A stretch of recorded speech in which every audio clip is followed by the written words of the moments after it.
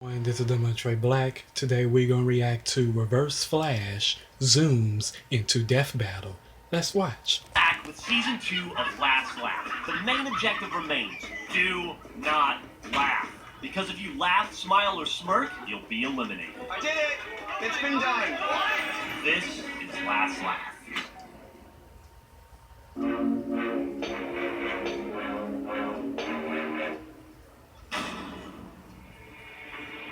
Barry Allen, the Flash,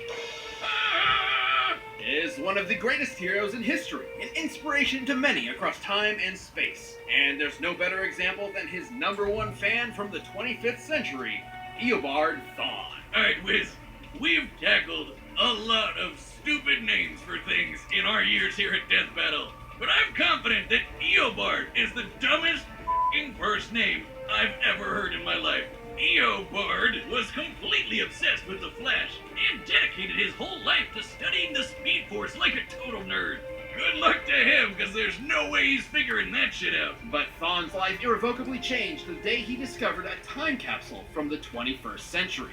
By some strange coincidence, it just so happened to contain Barry's costume. By experimenting on it, Thawne managed to replicate the Flash's powers, turning himself into a mirror of his idol. And you can bet he totally crapped himself when Barry Senpai showed up in the future and took him under his wing. It was a dream come true.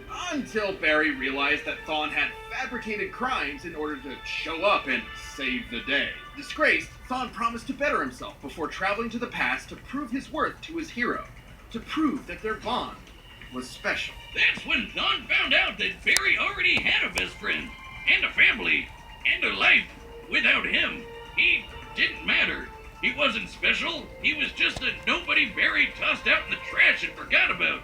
Like my Tinder dates do to me. If only. When Thawne visited the Flash Museum in Barry's time, he discovered the secret identity to Flash's greatest enemy that in his future had been lost to time. The one Barry was fated to kill in battle. Eobard Thawne. Wait a minute. Oh, ain't that a bitch?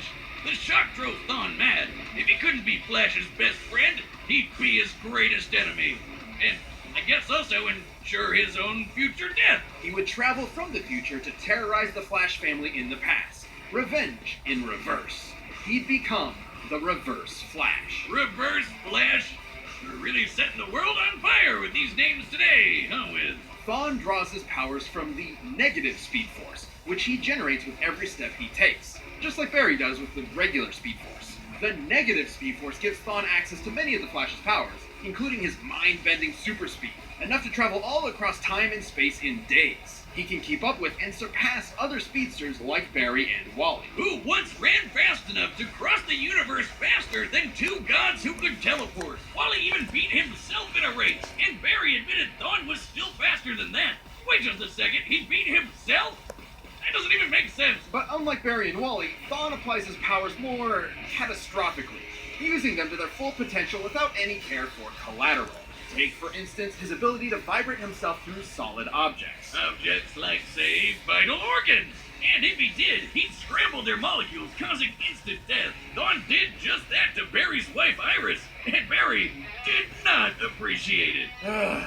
Reminds me of my first date. Yeah, like you had one. Well, yeah, she and I had some great moments together, but I ultimately had to tear her apart for scraps to build my first death laser.